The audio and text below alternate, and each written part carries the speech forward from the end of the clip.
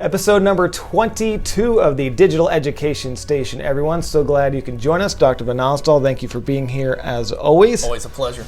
We started the Digital Education Station about a year and a half ago, and as mentioned, we are now 22 episodes in. We started it just to get more information out about processes, procedures, and curriculum, and everything that's happening throughout the Arcadia Unified School District. A lot of people can watch it on YouTube, Facebook. All the episodes are on our website as well, AUSD.net.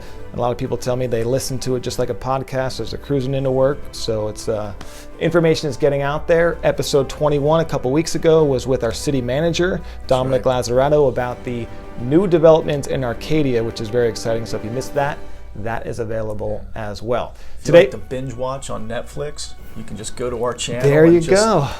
Days of content. When people say, what are your weekend plans? I'm going home watching Netflix. If they ever say, I'm going home and binge watching the Digital Education Station, we're there. We will be thrilled. Yeah. So today we're talking about personalized learning, and we talked a lot about it last year, and specifically you talked a lot about it at PTA meetings, staff meetings at all of our different school sites.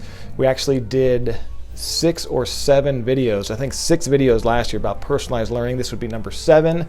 So we just wanted to check in, get an update on how things are going with personalized learning throughout the district, and just get a feel for the temperature of how everything is going. Yeah, well, it's been exciting. Mm-hmm. It's hard to believe that we're already this far into it. So I'll kind of go back and start with our pilot was highly successful last year, and that was both at the lab school that we started with that small group of 7th graders, and then also what was supposed to be a small group of kids and teachers at First Avenue, and then quickly grew to a whole grade level. But that was just kind of a indication of how this is going, is that the teachers quickly said, wow, this is working, can we just get all of the students on it? So we had a very successful pilot year, and we called that last year pilot or year 0, and then this is our first year kind of going to scale as year 1. So as you recall, we have about roughly 150 teachers using in their classroom, all of their students, the platform. And the key being that we're allowing teachers to take where they're being very successful at individualizing, personalizing learning, and then using that as the entry point for the platform. So for example, some teachers might say, I really want to use it for setting goals with students, and so I'm just going to concentrate on that part of the platform. Because I try to explain the platform is like giving someone the keys to a Ferrari. But you don't have to drive 200 miles per hour instantly, right? You kind of figure out all the different components and master each one and slowly move into it. So we have, like I said, some teachers are using the goal setting. Some are just pushing out their work, the playlists that we call them, to the students, the content. And other teachers are having students use the capture feature, where they're taking pictures of their work, whether it's a project or it's an essay. We're now working on a feature where students can respond through video, so that their parents can come on it and kind of watch and see what they're talking about. So it's a real slow kind of process, because we're really looking for teachers to master each step as they go. So it's not about getting on quickly. It's about just making sure that it's working for them. That's the key. And so this is we talked about this in previous videos. Teachers have been personalizing learning for years in our district, trying to find better ways to connect with kids and engage. But with the pilot last year, the lab school, we're kind of taking a deeper dive and pushing out the platform a little bit more.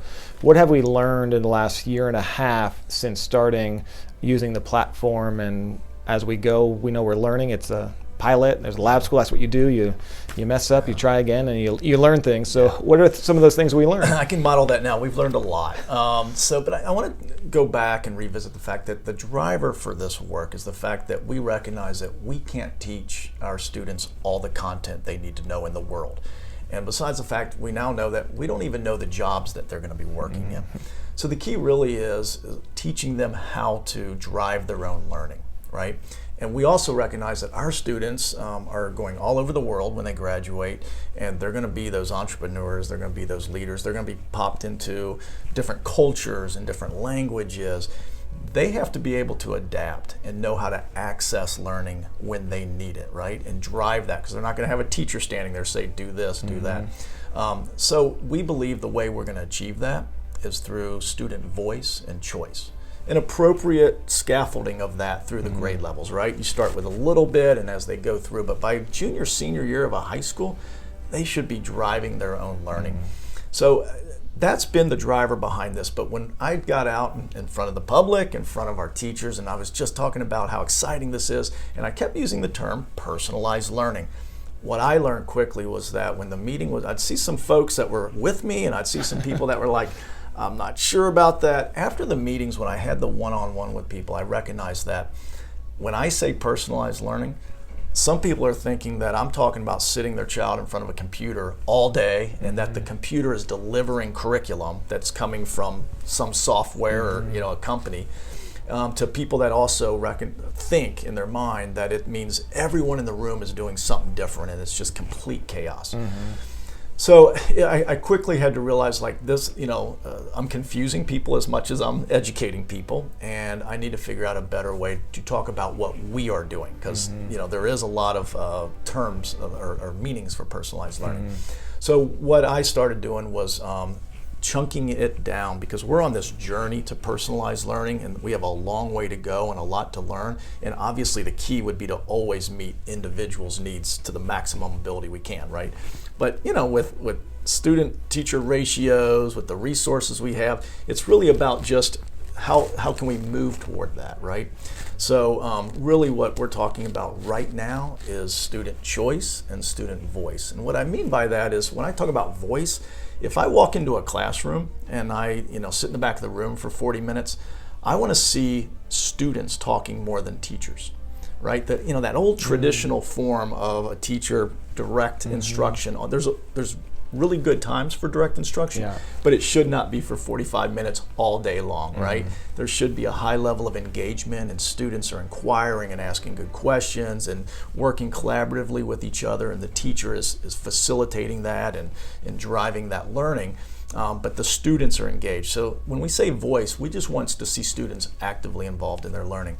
When we talk about choice, the research is solid, and we've known this, and all of our teachers have been using this since the beginning of time, is that regardless of the standards that we're trying to teach, if we can connect that standard to a student's life, so if we can come at it in a way that it's meaningful to them, whether it's through an interest they have, and some of those easy descriptors are, a student just really loves videography, and they can do a presentation by creating a movie rather than an essay. That works to their strength, and they're still achieving the same standard and they're mastering it. But if they can prove that and create evidence in a way that means something to them, they're going to be hyper engaged, they're going to be excited, they can't wait to get to school, and we're seeing that. So, and again, as you said, our teachers have been doing that, so it's really about having that platform create a more efficient way for them to doing it. And I always like to reemphasize that why we partnered with ALT is that their vision is that technology is there to maximize time between a student and a teacher. It's not there to be the teacher, it's not there to deliver curriculum, it's there to do all those things that teachers have to do anyway that take up all that time when they're not with kids. And so we're getting really good at figuring out what the computer does that can create more time for teachers and students. Very interesting. So last year, we talked a little bit about how it was year 0. This year, we considered this year 1. We had the lab school we started, some pilot programs going on at First Avenue. So what's kind of the plan for the rollout as the platform goes in more and more classrooms? Yeah. We talked about a 3-year rollout, and I always like to say that that's flexible. I mean, we like to set, when we did the Chromebook rollout, we said it's going to be 3 years, but if there's any Wi-Fi issues or device issues or PD issues, we're going to stop. So it's kind of the same thing. Assuming that everything goes as planned, we're looking at 3 years. So like I said, about roughly 150 teachers this year. We'll double that going into next year. So we'll double the number of whether it's a class, a grade level team at each school to maybe 2 or 3 at each school. And again, why that model has been successful for us is because the teachers that are on it this year, and we have teams at every school, they then become the experts to help the next wave of teachers that are getting on it. And so that really helps when your neighbor has already been doing it for a year and you get stuck on something, you can run next door and ask. And so that's been a successful model, and we're excited. And we have some things that we're working on in the future too, and that's been one of the great reasons that we partnered with AltSchool. So if I'm a parent, I'm sitting here watching this, I'm wondering, Timmy's going into 6th grade next year. Will his teacher be using it? How do we know which teachers will be using it? How's that sort of selection process happen? That's a really good question. And it's unfortunate when we do a 3-year rollout. I wish I could guarantee, just like the Chromebook, that every student that starts on it gets it for the next 3 years. And for the most part, that's the case, but there could be a student that has it 1 year, and then there's a gap year before the next. Gotcha. And we've looked at many different models of how to roll it out, but the most successful component, key to us being successful, is that we start with the teachers that are the most comfortable with the technology, living in that gray area of figuring out all the little, components of the platform, or a Chromebook or any new device, so that when the next wave comes on, they're ready to go. People usually fall into, and it's not the same people. It's not like there are people that are just innovators and want to do everything. It depends on what you're talking about. There's the people that love to pilot anything, right? They're just like, I'll jump on and I'll try it. And then there's the people that say, when you get it right, let me know and I'll use it. I'll scale up with it. But that's the case with our teachers, and they're teachers right now this first year that are jumping in. They're working out all of the issues and figuring out. And then by the time the next phase comes in next year, year 2, those teachers are going to be able to say, here you go, and they're going to take it and run. So. You talked about the teachers figuring out those components, and I know you've also talked about in the past, one of the reasons we partner with AltSchool is that co-creation piece where we're actually working with them, giving them feedback, and they're listening and adjusting the platform. Their engineers come meet with our teachers and staff, and there was a lot of trainings last year. How much of that co-creation and collaboration between our staff and AltSchool is still happening right now in year 1? Yeah, it's a deep collaboration. It truly is a relationship and a co-creation, as you called it, and it is one of the reasons that we went with Alt, because so many of the current platforms that were out there that other school districts were using, it was a standalone. Here it is. It's not going to improve. You get what you get. What's exciting is that our teachers are seeing updates on a weekly, monthly basis right now, based on their direct feedback. So we are in contact with the engineers. In fact, just yesterday we had 2 of their top engineers sitting in here talking to groups of teachers, listening to their feedback. UDL, Universal Design for Learning, has become a big part of our classrooms and our schools. Camino Grove, we've got some teachers doing some amazing things leading that. And so they specifically were meeting with the engineers to talk about how that could be integrated into their curriculum on the platform. But also, the engineers are continuing to work on features that will quickly make this platform far beyond any of the platforms out there.